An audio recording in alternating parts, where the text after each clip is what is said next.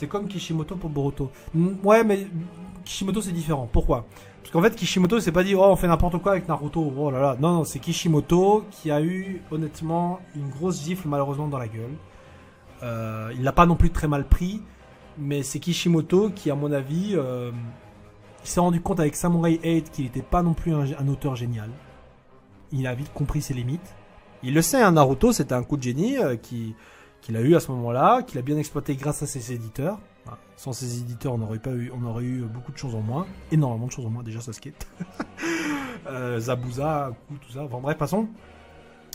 C'est d'ailleurs cet arc-là, hein, d'ailleurs que Naruto il s'est élevé là où c'en est. C'est vraiment avec l'arc Haku et Zabuza. Hein, bref, et aussi avec plus tard l'examen, mais c'est avec l'arc Zabuza et Haku que Naruto c'est ancré comme Naruto.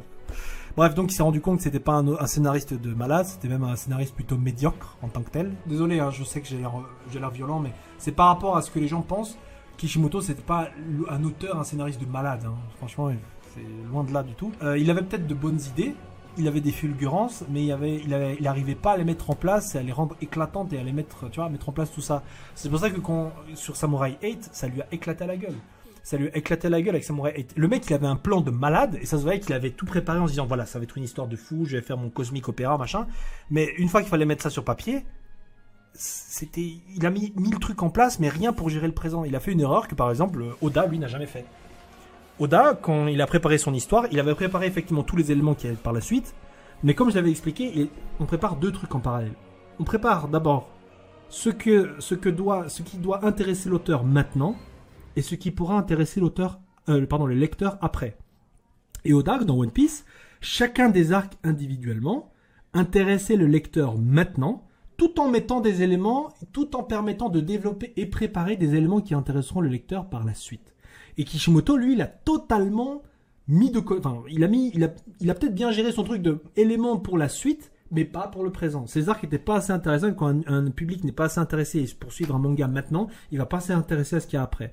Du coup, l'auteur, il voulait faire un build-up de fou, mais il n'avait pas géré ce qui se passait maintenant dans son histoire.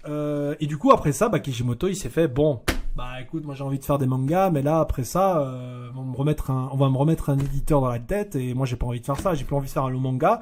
Donc maintenant, parce que j'aime les mangas et j'ai envie de bosser là-dedans, mais j'ai pas envie d'avoir un éditeur qui me fait chier, j'ai pas envie non plus de rebosser à des heures pas possibles, je vais rebosser sur un truc qui est déjà en route tout seul, Boruto. Je vais faire le scénariste parce que j'ai plus envie de dessiner, parce que c'est trop chiant. Enfin, trop chiant, allez. Il aime toujours dessiner, mais genre, il a passé sa vie à faire ça, ça l'a éloigné de sa famille.